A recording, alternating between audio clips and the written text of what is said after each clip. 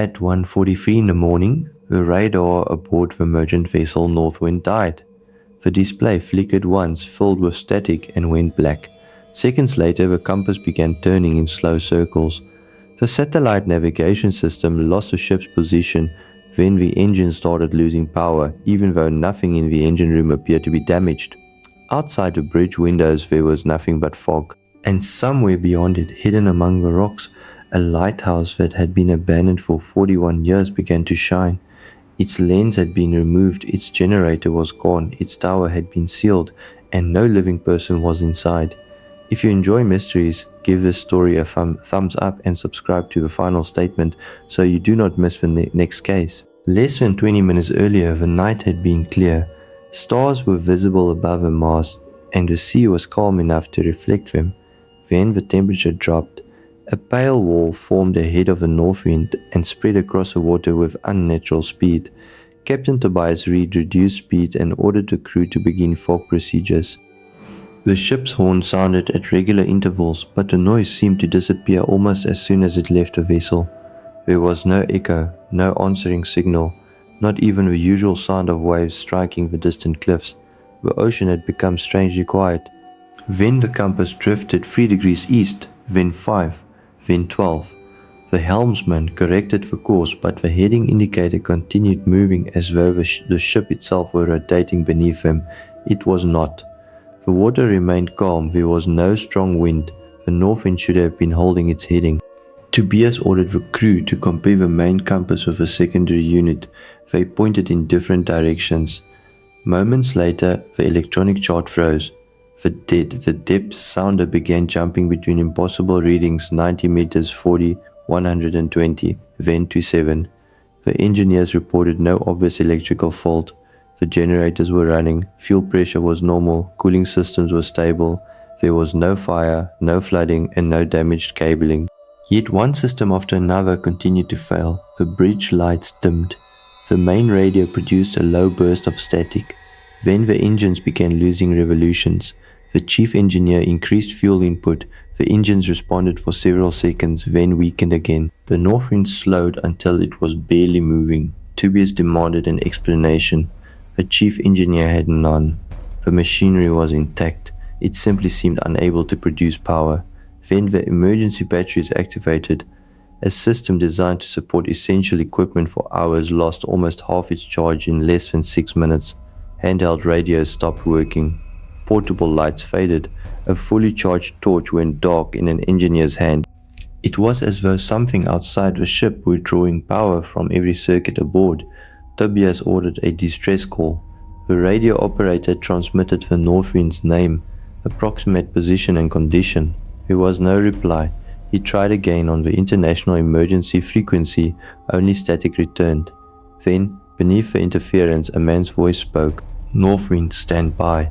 The operator removed his headphones. Tobias asked who had answered. The operator did not know. The message carried no call sign. No other vessel appeared on the remaining instruments.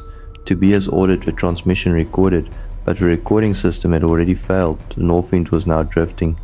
No one aboard could determine its exact position. The ship had entered the fog roughly 12 nautical miles from Morrow Point, a section of coast avoided by many local captains because of its submerged reefs and narrow rock formations. The charts marked the danger clearly, but without reliable navigation, Tobias could not tell whether the Northwind was moving toward open water or toward the cliffs. Then the lookout saw a light. At first it appeared as a faint glow inside the fog. It vanished. Several seconds later it returned and swept across the Northwind's bow. A lighthouse beam. Tobias moved to the forward windows. The beam returned at a steady interval, one rotation, then another. It was coming from the west. There was only one lighthouse west of their estimated position, Morrow Point. But Morrow Point Lighthouse had not operated since 1985. Its lens had been removed, its generator building had partially collapsed, the electrical system had been disconnected. There was no possible reason for a beam to be shining from it, and yet the light appeared again. This time, it remained on the Northwind for several seconds before moving across the fog. The dead radio on the bridge activated. A calm, low voice came through the speaker. "Northwind, alter course 7 degrees to port."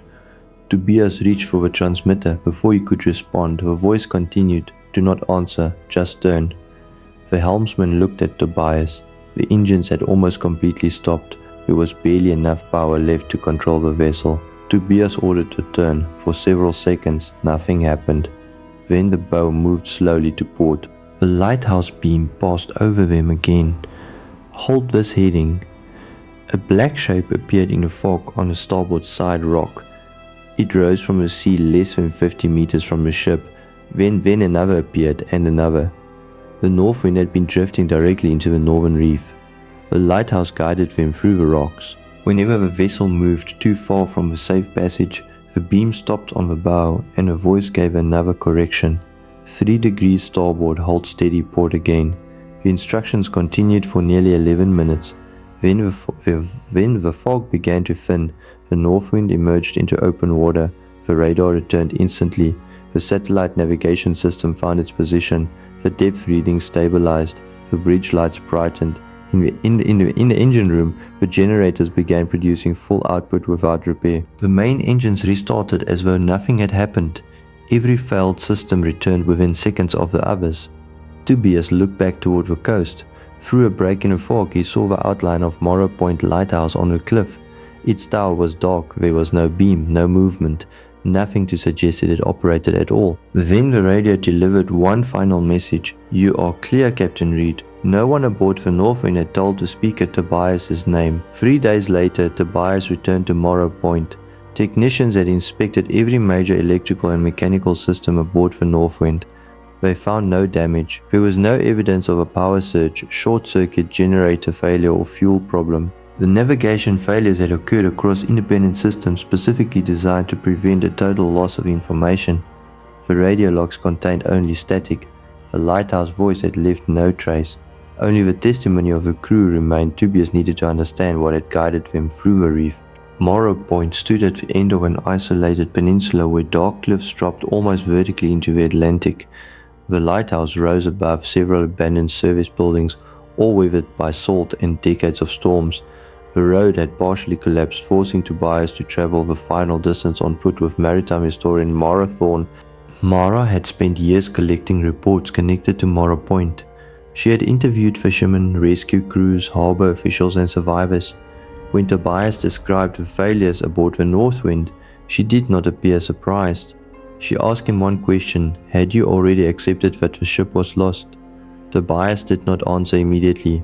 As captain, he had never spoken those words aloud, but after the batteries began dying and the rocks appeared through the fog, he had understood that the Northwind might not escape. Mara nodded.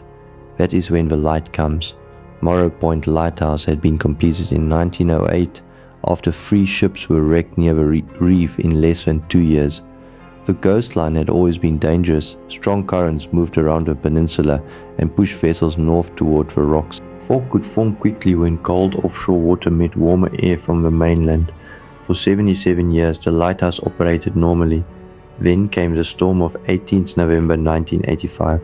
At the time, the keeper was a former naval officer and rescue sailor named Silas Vale.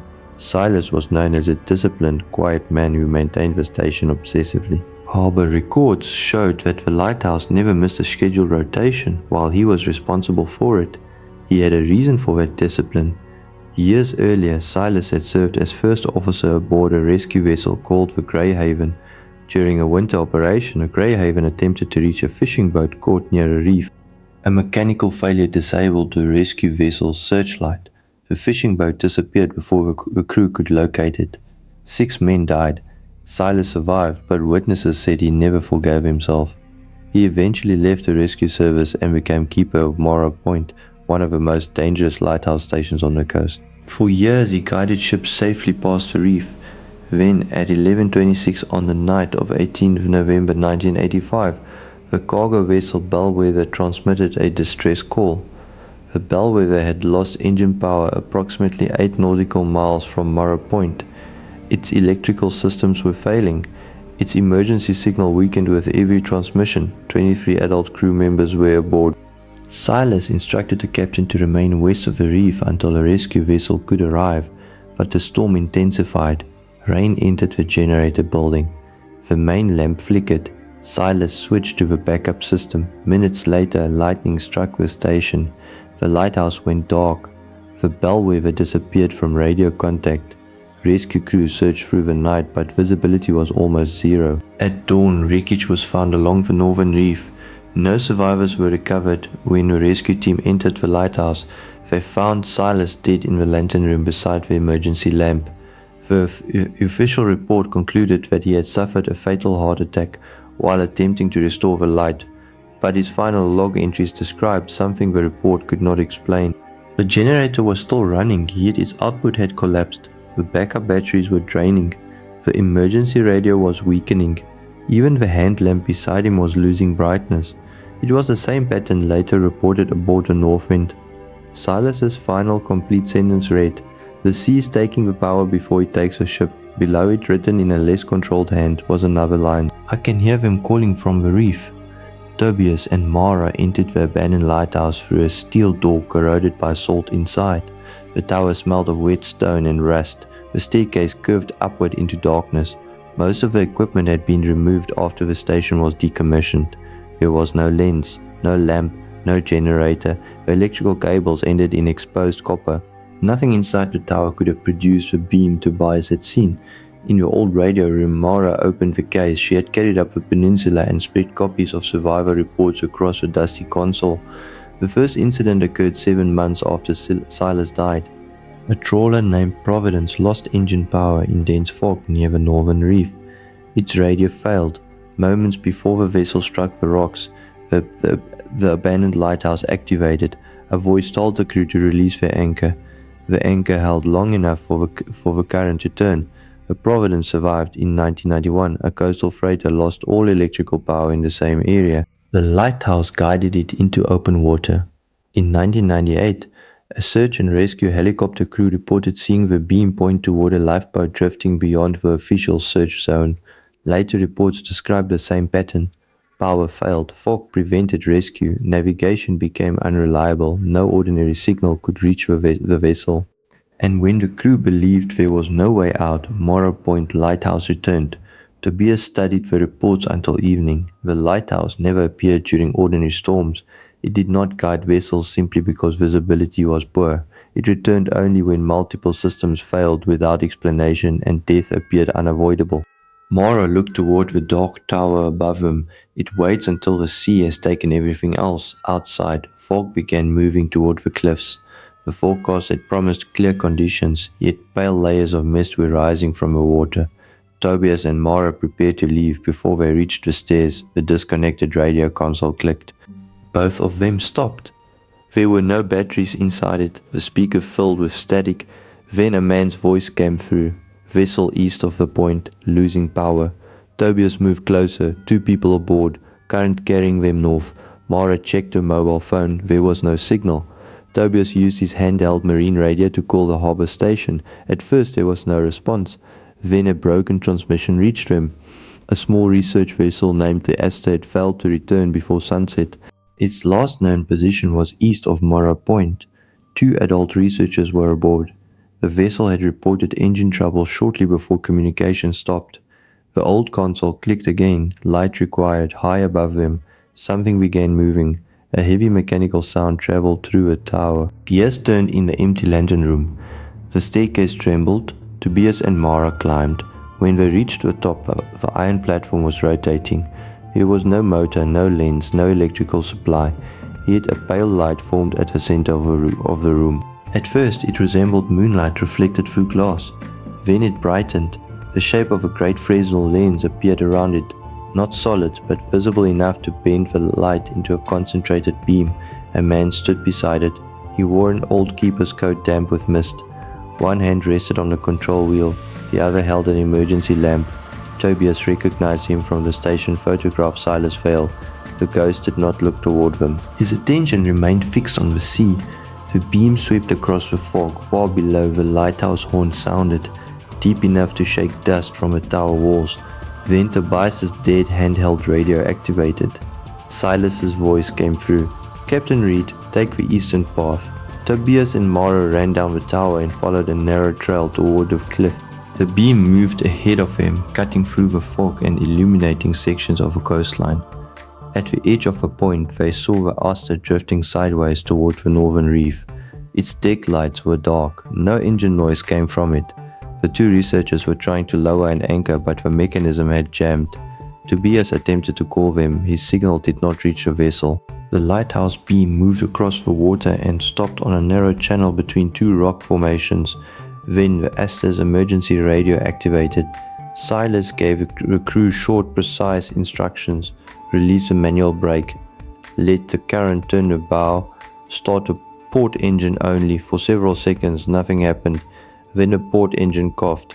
It started weakly. The vessel turned just enough to avoid the first rock. The beam moved again, revealing the safe passage. Silas guided the Aster through the reef one correction at a time. The engine failed before the vessel reached open water, but by then the current had carried it beyond the rocks. Its lights returned, the radio signal cleared. A rescue boat answered immediately. The moment the Aster was safe, the lighthouse beam disappeared. The fog began thinning. When Tobias and Mara returned to the lantern room, it was empty. The iron platform had stopped moving. The spectral lens was gone. On the floor beneath the platform lay Silas Vale's emergency lamp. The official inventory from 1985 recorded that it had been placed in his coffin. The lamp was cold, its fuel chamber was empty, but the glass was warm. Tobias finally understood why Silas remained at Morrow Point. He was not trapped by the lighthouse, he had chosen to continue its work. On the night the bellwether was lost, every source of power failed. Silas could not keep the beam burning. 23 people died in the darkness. Now, whenever another vessel suffered the same unexplained failure, he returned. He restored the light. He opened the radio channel, he guided captains through the rocks. He waited until every engine, battery and instrument had failed because those were the ships no living rescuer could reach. Those were the crews who needed him. The loss of power was never explained. Some investigators suggested an electromagnetic disturbance caused by mineral deposits beneath the seabed. Others blamed unusual atmospheric conditions, electrical discharge or compass deviation around the reef. None of those theories explained why fuel-driven engines weakened at the same moment as isolated batteries. They did not explain voices speaking through disconnected radios, and they could not explain how an empty tower produced a beam without a lamp or lens. Local sailors offered a different explanation. They said the water around Morrow Point remembered the night the bellwether died. Under the same fog and the same strange silence, the coast seemed to repeat the disaster. Power faded, navigation failed, radios went dead, ships drifted toward the northern reef. But the tragedy no longer repeated in exactly the same way. Silas Vale was still in the lighthouse. Morrow Point was never repaired. No new lens was installed, no generator returned to the station. The tower was sealed again, and every later sighting was officially described as an atmospheric illusion. But captains along that coast learned one rule: if the abandoned beam appeared, they followed it. Because Morrow Point Lighthouse did not shine for every vessel, it remained dark through ordinary storms. It did not guide ships that could still save themselves. It waited until the engine stopped, until the batteries died, until navigation failed, until the radio fell silent, until the rocks were close and no rescue could arrive. Only then did the abandoned lighthouse awaken. Its beam crossed the fog. A dead keeper spoke through the radio, and a ship the sea had nearly claimed was given one final course home. The ghost was not luring captains toward the rocks. He was still standing watch, making sure no captain died the way his crew did. But one question remains. What causes the power to disappear near Morrow Point? Is it a natural force science has not yet explained? Is the coast somehow repeating the final night of the bellwether? Or does Silas sense the exact moment when another crew has reached the point of no return? Share your theory in the comments. Give the video a thumbs up if you enjoyed the mystery, and subscribe to the final statement for more cinematic mysteries, forgotten legends and stories that should never have been discovered. Until the next mystery, when every other light goes out, hope Morrow Point is still watching.